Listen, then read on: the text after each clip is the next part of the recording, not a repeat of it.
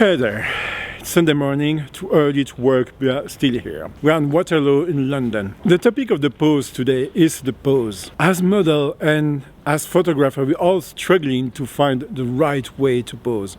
A nice pose make the model look good, make the picture look good, make it's obvious, we all know that. And today I will introduce you to 14 poses which are the most used by photographers. And to help us with that project, today we have...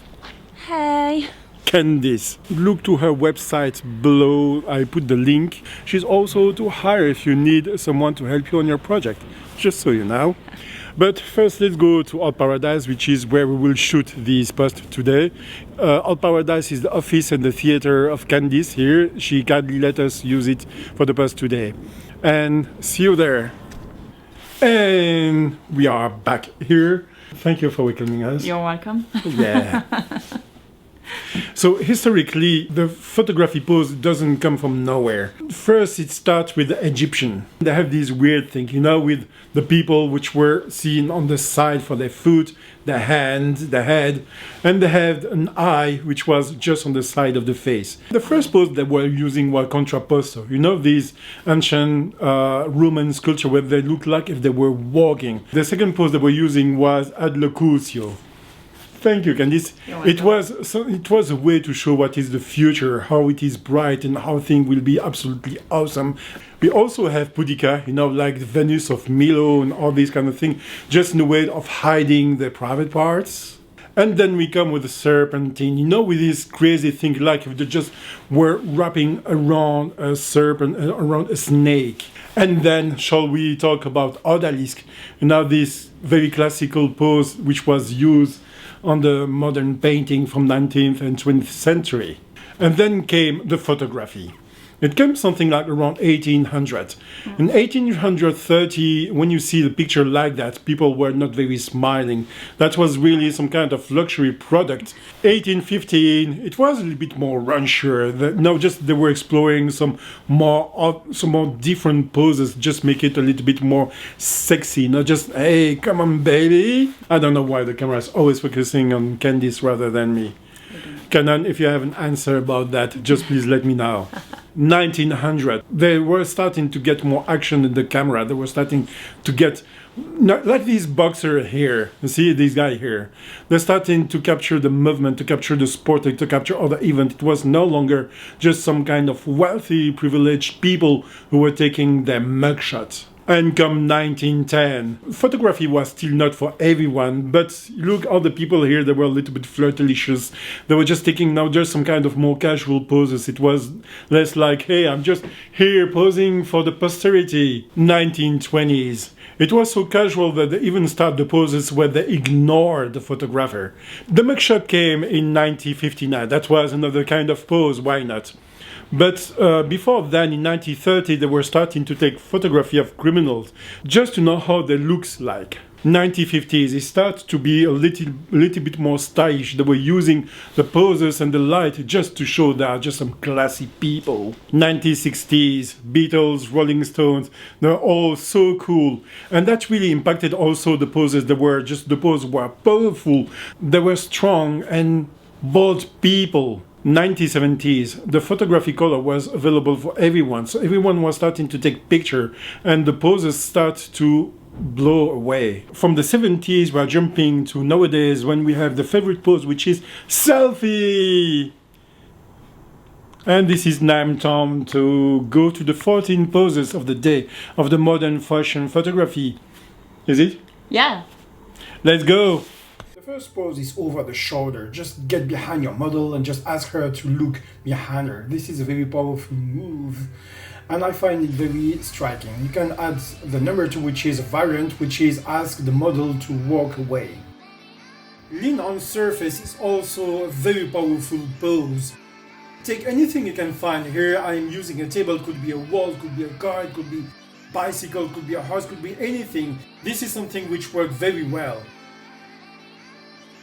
Forward frontal is the most obvious pose. This is the one we all taking since we are child.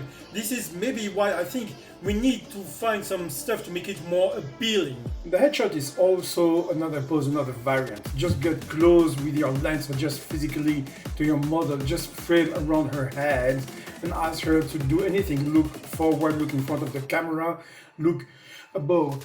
In addition of the headshot, you can use the hand of the model. That creates a story, that could be mystery, that could be something mystical, that could be something romantic, that could be anything you want, but adding the hand, putting them in the play really stands out the headshot. The 45 degrees is also an interesting pose. It's not completely profile, it's not completely front forward. This creates a lot of dynamic in the picture itself. It's less static than the forward facing. And you can also play and ask a model to look in different directions. Oh, this one is one of my favorite. Ask your model to tilt her head. You can just combine that with frontal, forward, profile, or just when she's walking away. This creates a lot of story. This is creating a lot of questions. This could even create some kind of mystery in the picture.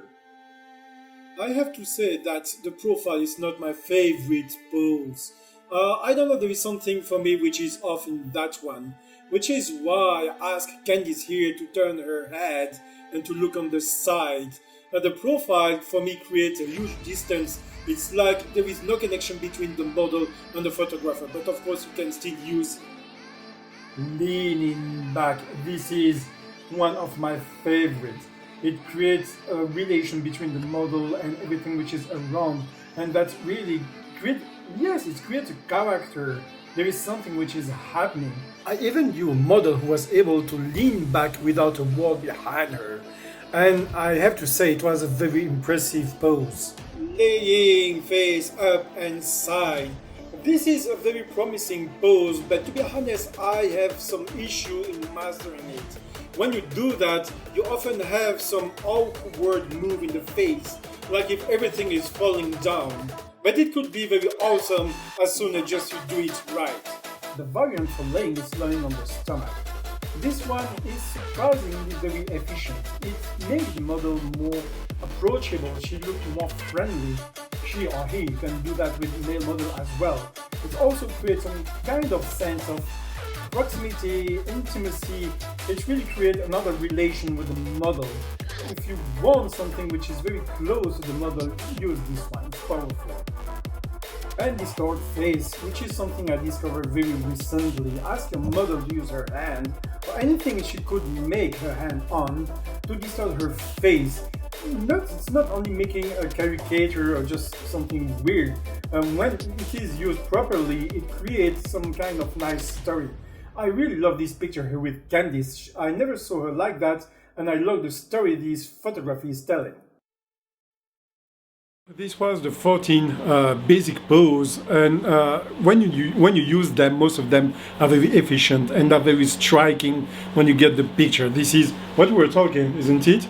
Yeah. We were literally baffled to see the difference between all the shoots we have done previously and the one we have done for this session here. This is the end of the post. I hope you have learned something. Candice and I think we really have learned a lot of things. I think we just really figure out that all these poses make all the portrait very striking and more than what we have usually. I really hope you enjoy these posts. If you want to see all the future posts, just please hit the subscribe, hit the notification bell, like and share, and see you soon. Cheers.